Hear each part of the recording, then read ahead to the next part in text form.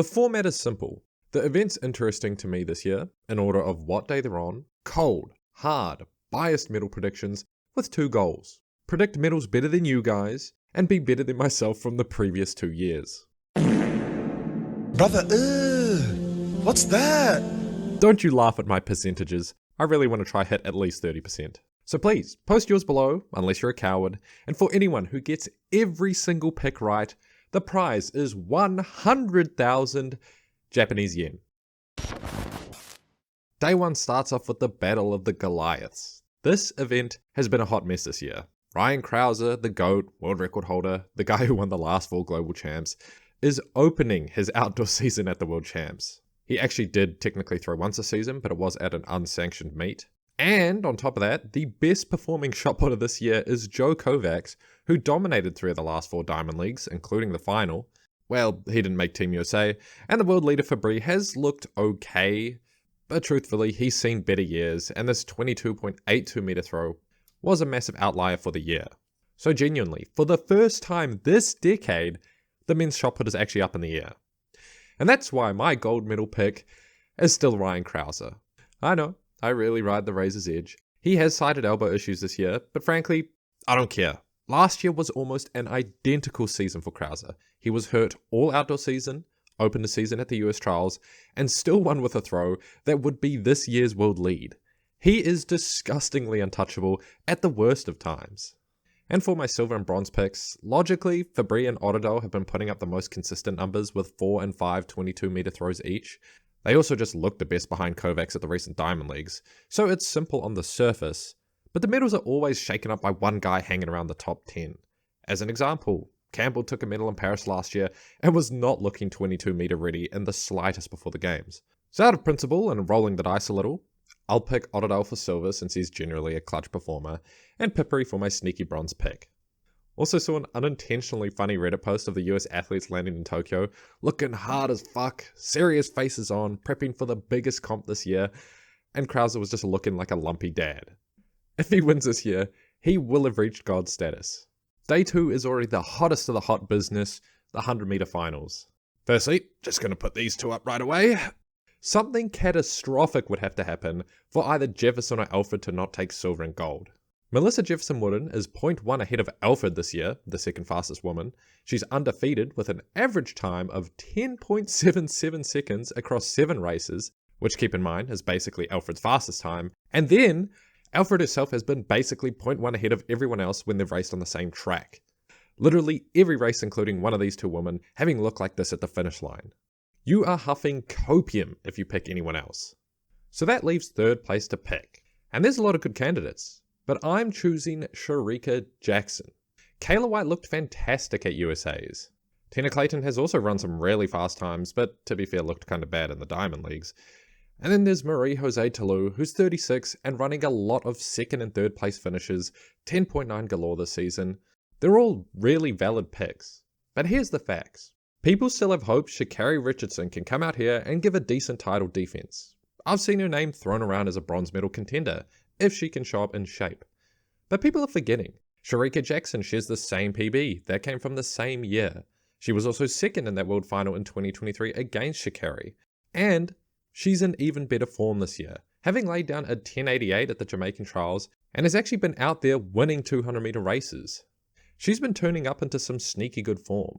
And straight up comparing Richardson and Jackson's top 10 fastest 100-meter times, they're almost identical athletes. One of them is just actually good at the 200 as well. I've actually been mulling over it the last couple days, and the more I think about it, the more I'm sold Jackson is Sha'Carri, but in a better position this year. 10.8 in the finals is going to be easy for her, while everyone else struggles to find sub 10.9. And as a bonus prediction, Shelly-Ann will be a solid finalist. And the blue ribbon event, the men's 100-meter. Let's be frank. Only 3 names can reliably be included in this medal conversation. Seville, Thompson, and Lyles.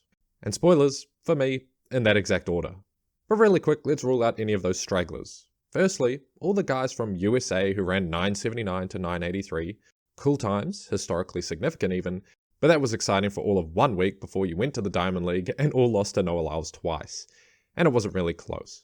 Noah wasn't looking in any type of good shape yet, and still took the heads of everyone not named Seville or Thompson. And since those races, I've been a hard binaric pessimist, in the 100 meter at least. Like, times are great, but it doesn't matter how fast you run when the big names aren't there. When you line up and get destroyed, the narrative writes itself. There's also only one other athlete who hasn't revealed all their cards yet, and that's Tobogo. He won silver in 2023, which I sometimes forget, but if you've been watching my videos, this season I haven't been particularly hot on him, and his 100 meter times speak for themselves anyway. So let me explain a little why I think it's going to be Seville, Thompson, and then Noah. The only person of these three who has proven to run rounds fantastically is Noah. Kashane does an alright job, while Seville often runs them backwards and has historically always gone faster in the semis or heats. But I even think most fans will agree with this. I don't think Lyles is in shape enough. And even though he's not in shape enough, he still made Kashane look beatable. And then there's the 987 on a flooded track by Seville. Negative headwind, nailing rain, it still haunts me. I don't think everyone will agree. You have to be quite the intellectual to understand how rain affects a 100 meter performance. But for me personally, this race ranks as like a top all-time performance. Based off it, I seriously see him cracking into the all-time top 5 in the coming years. But besides those three, honestly, everyone else has kind of been looking like a fraud. The guys at USA's have shit the bed internationally so far. Then the guys who ran fast in the NCAA shit the bed at USA's. It's been a really bipolar, interesting year on the 100 meters. But finishing thoughts, if Seville can take the first round easy, he is hands down winning this year. Alright, day 3 has a couple fun events. Firstly, the men's pole vault. The medals are pretty self-explanatory, but I have this event listed because it's going to be a thrilling watch.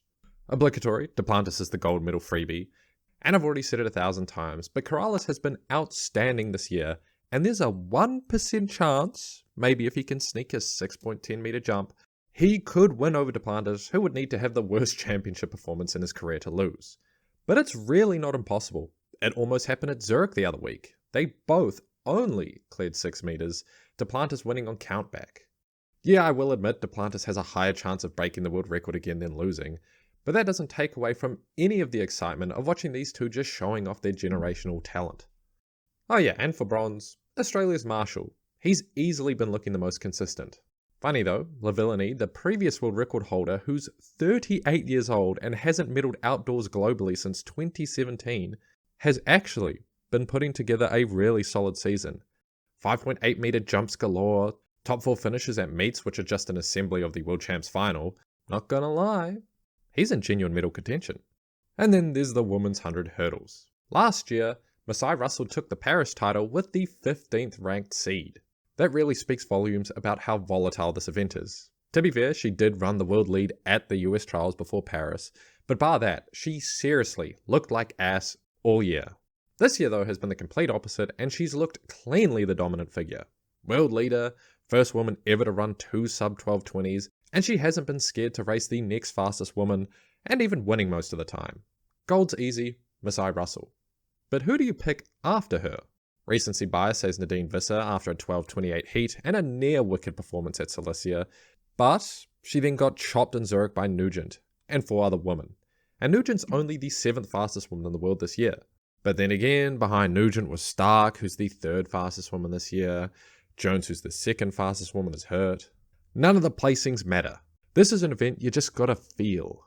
And I'm feeling Toby Amazon for silver. She's the world record holder, and unlike previous years, has finally looked in form again. She ran incredible times of 12:24 and 12:25. But she didn't win either of these races. With times like these, that would be unexplainable in any other year. And for third, man, thinking about this event has given me a headache trying to pick a top 3, but I'm going to pick Nugent. She's been labelled a choker previous years, but she's 23. You got to give these athletes some time to right their wrongs. She's also got the fastest 100 meter flat, and unlike Visser, who I really considered, Nugent finishes her races strong. And realistically speaking, strong starters just never do as well as strong finishers when rounds come into play. Oh yeah, and day 4 kicks off with the best event in the entire sport, the high jump, but it's the men's. It's been a little more subpar than usual, injuries plaguing the best. Barsham has jumped once this year. Leave me alone! Tamberry has also done some jumping. But you know, at least them being shit makes my picks easy, and I can rectify my mistakes of 2024. Hamish Kerr for gold. If he can find enough willpower to clear 2 meters 30 for the first time like any other sane jumper, he's the guy to beat this year after impressing at Cilicia and Zurich. In second, Doroshuk. Man is so serious this year, he's only gone fishing once. He's also jumped impressively well through the year, kind of tapered off at the end. And third, Korea's Woo if he turns up healthy. Most years he's the most consistent high jumper, but unlike everyone else, he doesn't really have a higher peak when it comes to the global champs. He just kind of does his normal jumps like 233 or something. And he did have calf issues at a meet about a month ago, so we'll see. Also, it's a bit of a reoccurring pattern each year that at the World Champs and Olympics, all the jumpers finally come out to play. Guys who have looked like ass all season end up getting over 230. So I'm actually excited. Might be the first riveting men's high jump competition this year. Yay for us, huh? The men's 100 meter hurdles. This is a tough one. If we're talking in form, Cordell Tinch is easily the number one pick. Great times, historic even, 12:92, 12:98 in the pouring rain, and 12:87, which makes him the fourth fastest athlete ever, clearing away the world number one this year. He puts it together, he's going to win, and he's already done that most of his races this season. Fun fact, I actually predicted he'd be atop the podium in 2023, his first season back, a bit of a ballsy pick, but this year it's actually the logical move. And while Grant Holloway has been struggling in the background, getting his ass beat multiple times, he's clearly taken it all to heart. He's usually yapping to media or on his own podcast about his GOAT status. Not in an overconfident or cocky way, it's just kind of fact at this point. But since he started losing, podcast stopped, he's been head down, mouth shut these past 3 to 4 months. I basically have nothing to base this off, but something tells me he's going to run something wicked, and although this is a title defense, he's going to be fighting from an underdog position. I'm actually kind of afraid he's going to turn up in all-time form and just smack the field, but out of principle, I do have him behind Tinch. And my bronze pick could be any number of these 12.9 to 13.0 guys. It's just about picking a person I like. I like Muratake because I always support Japanese athletes, plus he ran well at both Paris and Monaco Diamond League. But Jacoby Tharp, 19 years old, clutched up and won USAs over Cordell Tinch, beat Muratake and others for third at his first International Diamond League. He's made for the big time. He's my bronze medal pick. Day 5, men's 1500 meter. This event has been so sporadic this year, and the mass consensus is how impossible it is to pick a winner. But that ain't me, man. When it comes to these middle distance events, referring to this image, I sit right here, and without a single thought in my mind, these are my picks. Okay, I'll actually give you my thoughts. Previously, I didn't rate Josh Kerr. I just thought he was a good runner who peaked for one good race and somehow got into a rivalry with Ingebrigtsen in which they would only race once a year. But through the bonds of friendship with Adam, I have been enlightened. Tactically, Josh Kerr is a fantastic runner. He always puts himself in winning positions. That doesn't mean he's got the fitness to capitalize on that all year round, and in fact he tends to run pretty sparsely through the season, but he always shows up to the global championships in incredible form. And again, I think that's his memo this year as well. Then there's the 20-year-old Niels Laros. He's been showing off lately, beating on literally everyone who had run fast this year, running fast himself and showing off an unreal kick. My one point of criticism is maybe he popped off too early, but a top 6 finish last year in Paris could say otherwise. And then Ingebrigtsen is Ingebrigtsen. A lot of people have been saying it, but maybe without his ego due to injury, running from an underdog position, not having stepped on the track all outdoors, he might actually have to run smart and put himself in good positions. In which case, if he shows up with some semblance of his fitness, I reckon he sneaks a medal. For this event specifically, I'd be super interested to know your thoughts. Also, I'm going to lay this out now. Hock is a fraud, you heard it here first. Day 6. The women's 400 meter is a 3-woman race. Every matchup, including one of these ladies this year, has been borderline embarrassing for the rest of the field. So I'm just going to lay it out. Paulino, McLaughlin, Nasser. Yes, Nasser just beat Paulino pretty dang convincingly in the Diamond League final, finally hanging on to one of her killer starts. But of 6 matchups this year, Paulino has won 4 to Nasser's 2. And additionally, Paulino every year, without fail, finds her significantly best performance in the final of the Global Championship. In 2023, she ran 48.76 seconds, over 0.2 faster than anything else that year, and in Paris, she ran 48.17 seconds, a full second faster than any other time she ran prior to the games. Undoubtedly, she will find something fast. Now, probably the more controversial take is Sydney McLaughlin over Nasser. And we do have to refer to the 400 meter hurdles a little, but McLaughlin always peaks like a demon. She has run a world record more times than not at the global finals. And even then, without running the 400 meters consistently, she pulls out 48-second performances at any point in the season. And to really back that statement up, over the last 3 years, when she lines up for a 400 meter final, there's a 42.86% chance she's going to run a 48-second time. Compare that to NASA, who has an 80% chance of blowing up before she reaches the finish line.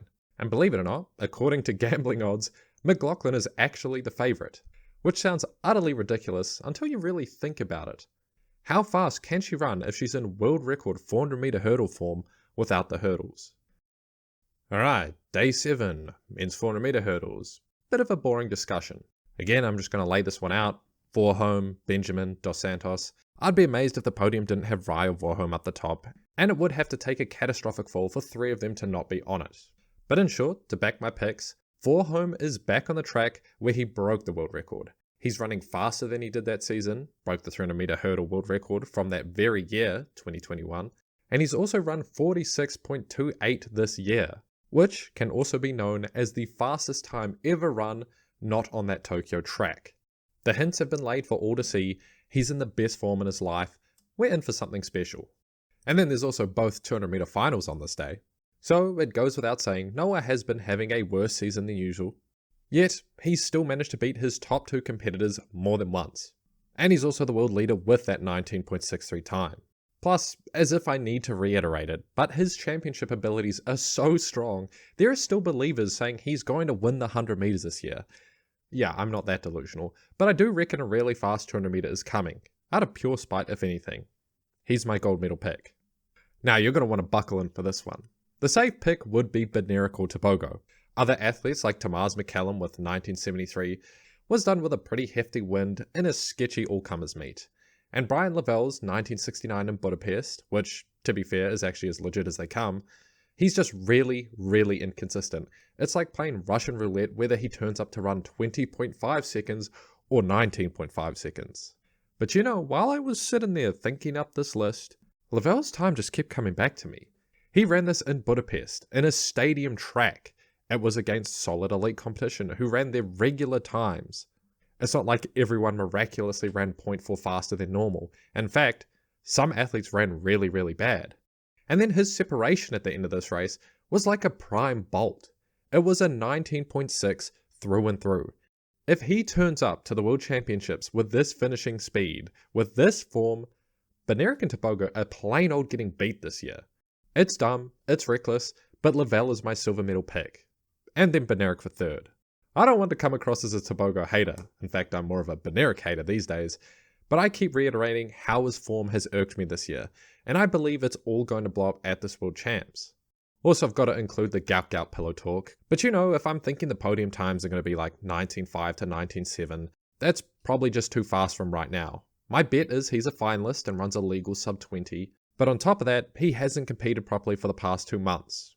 Which is honestly a death sentence for most. But every time Gout has taken time off in the past, he's exploded to some new stupid time. So yeah, kind of exciting. Let's get something out of the way. These are the top 10 fastest women in 2025 across the 200 meters. Gabby Thomas isn't going, Ford isn't going, O'Philly isn't going, Davis isn't going.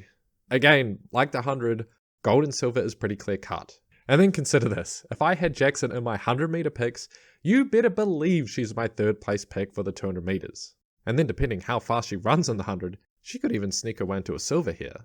But between Jefferson and Alfred is straight up the better 200 meter runner. Plus, if she gets beat in the 100 meter, like I suspect she will, there's some extra motivation for her to take the 200 meter gold. Now, I do think the next best medal contenders would be Brittany Brown, who won the Diamond League, and Dina Asher-Smith, who both beat Mackenzie Long in that race, who's running her season backwards. But Sharika Jackson has managed to hide away from a lot of media attention, and it might be hard to remember, but she's already beat Brown in Silesia, and you could consider that just a tune-up race for her. Anavia Battle is also a genuine contender, but if I'm betting on any 22 low runners to crack 21 for a medal this year, well, you gotta go with the woman who's run the 2nd fastest 200 meter ever. Day 8, men's 800 meter, and who else but Wanyonyi? Am I boring? I feel boring. But who else really? He's ran half a second faster than anyone else, won 5 of the 6 Diamond Leagues this year against World Championship fields. But man, the silver and bronze picks get really dicey. But I do have Brazier for silver. He has skyrocketed this season. He went from 3 years hiatus, running like crap just to bust rust, to US champion in like 2 months. It's a pretty big gamble, but since the champs, it's been a gut feeling. I almost actually wanted to pick him for gold, but that would just be stupid since Wanyonyi has genuinely been fantastic this year and the last. And then for bronze, a bit boring too, but A-Rob. He's been beat by the crowd a few times this year, but still run fast and well. He's also literally collected every color medal over the past 4 years, so we know he knows how to peak. Also, it's going to be really fun to keep an eye on Lukenhaus. I'm really interested to see if his time was a fluke. Because you do got to keep in mind, he may have run 142, but he still hasn't run 144. And now we're at the final day, which includes the women's high jump. Always got to end on a high. So it hasn't been very subtle, but I've been a bit of a hater recently. And I've said a lot of things like, Mahuchik is a choker, she's not good at championships. They're not incorrect statements. Yep, that's it. What, you thought I was going to say otherwise? I'm continuing the train. Nicola Ollie-Slag is for gold. Okay, I'll be a little more real. Ollie-Slag has beat Mahuchik in their last matchup with a lifetime best of 204. She's in all-time form, clearly, so she's bringing the trouble. But when push came to shove at 206, the only one who looked close was Yaroslava Mahuchik. Then there are the facts. Mahuchik has won in years where she's struggled to jump her best, and oftentimes, even in losses, she looks like the better jumper. She's also only 23 years old, which I forget because she's been medaling since 2019, but I'm here sticking to my guns. I truly wouldn't be surprised if Ollie-Slag has won. But yeah, of course, Mahuchik is the easy favourite. Also Livchenko for bronze. She almost made 202 the other week in Zurich, and has been in surprisingly good form this year. But it's not an easy pick. Eleanor Patterson has been consistent, but her season has been going backwards, only 191 at Zurich, and Germany's Hansel has been itching those 195 to 2 meter heights all season, but Livchenko is just a different tier of talent when she's on, which only seems to happen once every 4 years. And for the final event, the men's discus. Mikolas Alekna has straight up been dominant this year. He has had problems losing at any event that includes the World Championship, even losing the NCAA Championships this year. Plus on top of that, Christian Chair has threw arguably the real world record this year, 72.36 meters and 72.34 meters, both on days where there was no wind. But when they match up, Alekna has won 3 out of 3 times so far. So if Alekna can get over the yips, he's an easy gold medal pick. And quite frankly, although Chair is throwing supposed world records, he just hasn't been winning. Not against Alekna, not against a lot of the other guys. So I'm going to go out on a bit of an uneducated limb. Mullings for second, Chair for third. And these are my finalized World Championship picks for 2025. I am very, very interested to hear you guys roast me. I'm really interested to see what you guys throw together. But seriously, more than anything, I really, really just want to beat 24%. Holy shit, when I added those up today, I felt pathetic. And I really appreciate it if you somehow made it to the end of this one. Hope you have a good time watching the World Champs, and I'll see you when I see you.